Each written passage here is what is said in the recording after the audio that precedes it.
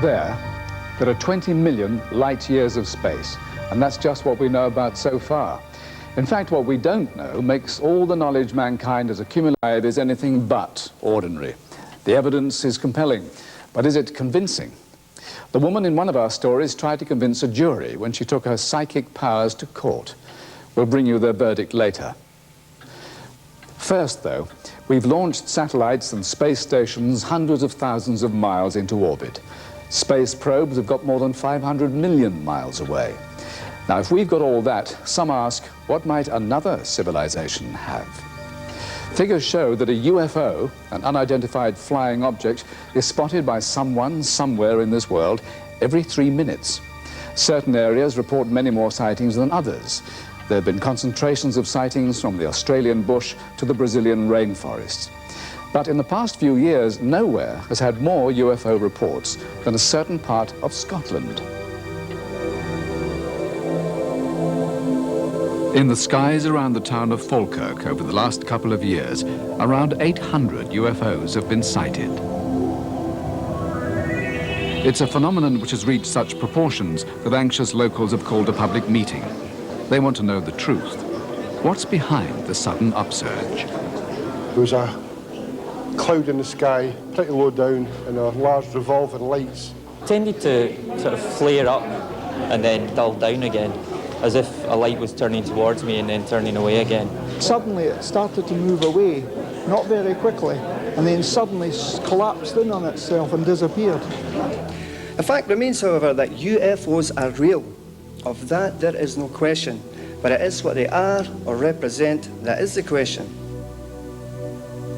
It would be totally foolish of mankind to sweep under the carpet all these UFO reports.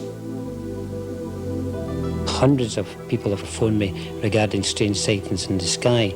I know these people personally. I mean, they're not going to make stories out like this. I mean, they've actually faced a lot of ridicule, and they've showed a lot of great courage coming forward and stating that they've seen something which nobody can define and nobody can give an answer for.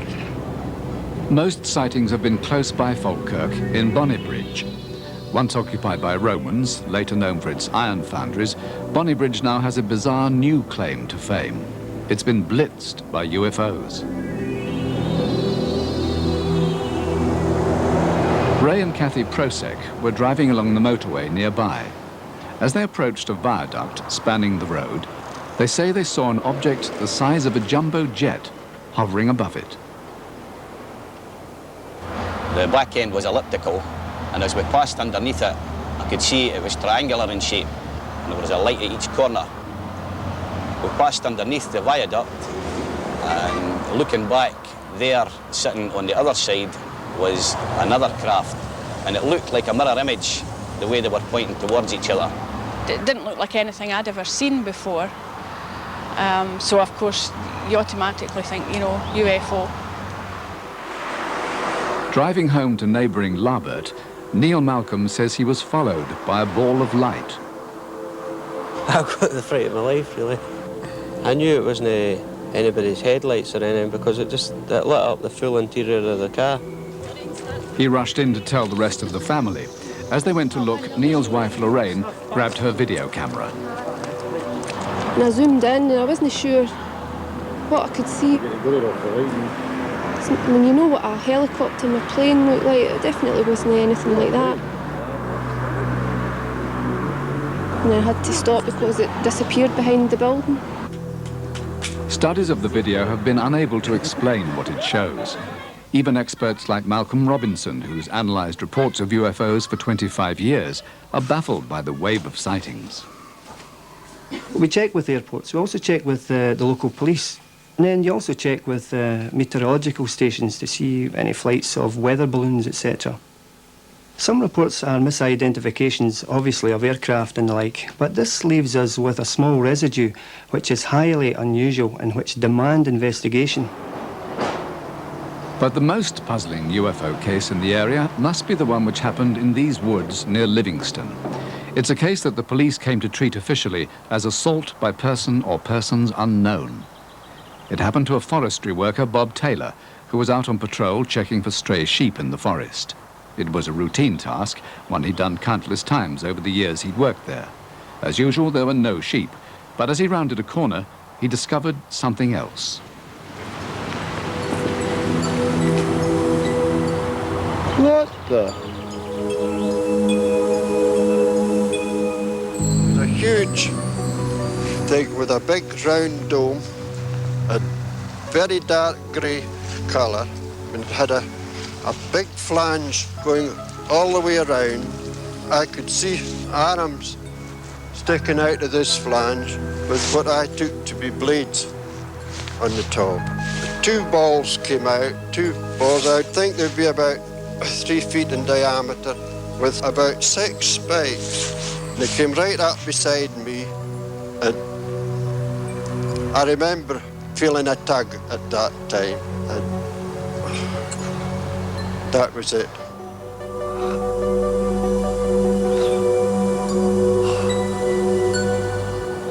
Bob Taylor can't remember exactly what followed. The next thing he does remember is lying on the ground, dazed and bleeding.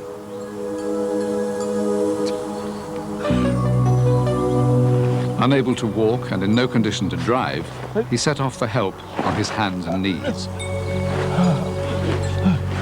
By the time he arrived home, he was in a state of near total collapse. There.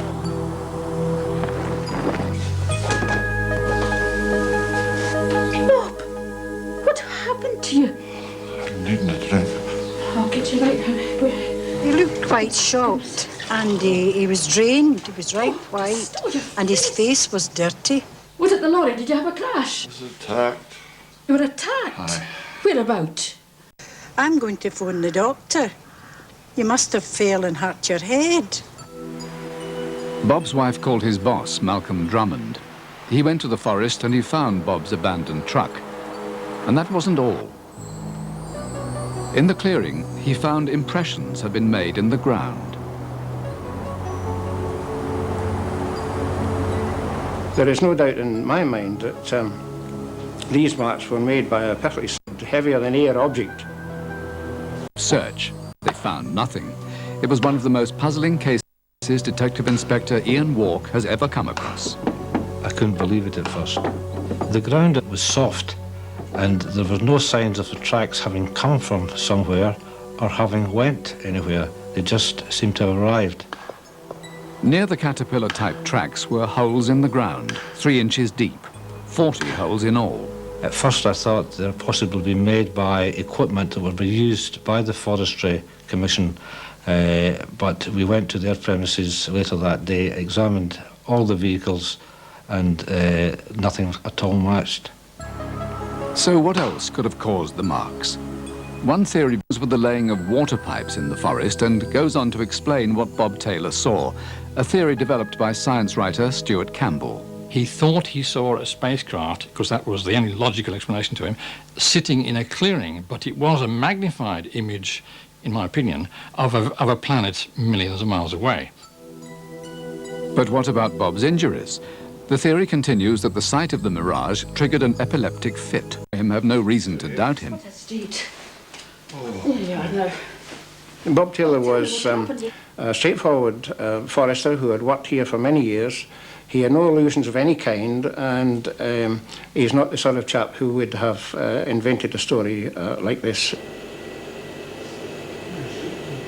Then there were the rips in the trousers Bob Taylor was wearing. Rips, he claims, were made by probes from the UFO. The trousers were sent to the police laboratories to be put under the scrutiny of forensic expert Lester Knibb. There was 2 sets of damage predominantly, close enough to be considered symmetrical. It's obviously been caused by a lifting action. It's not the sort of action that's caused by a fall. The tear would normally be down the trousers. Certainly the story could fit the bill, that some object or objects had moved across a clearing towards him, attempted to lift him up and carry him off.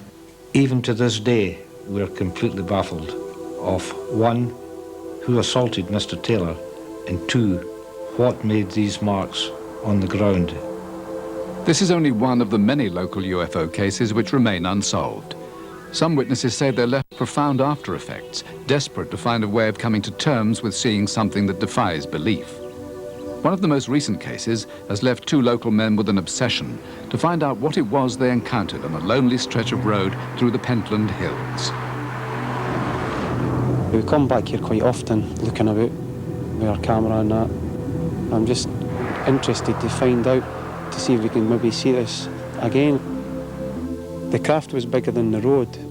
Me and Colin reckon that the craft was about 30 foot wide. We were both very frightened.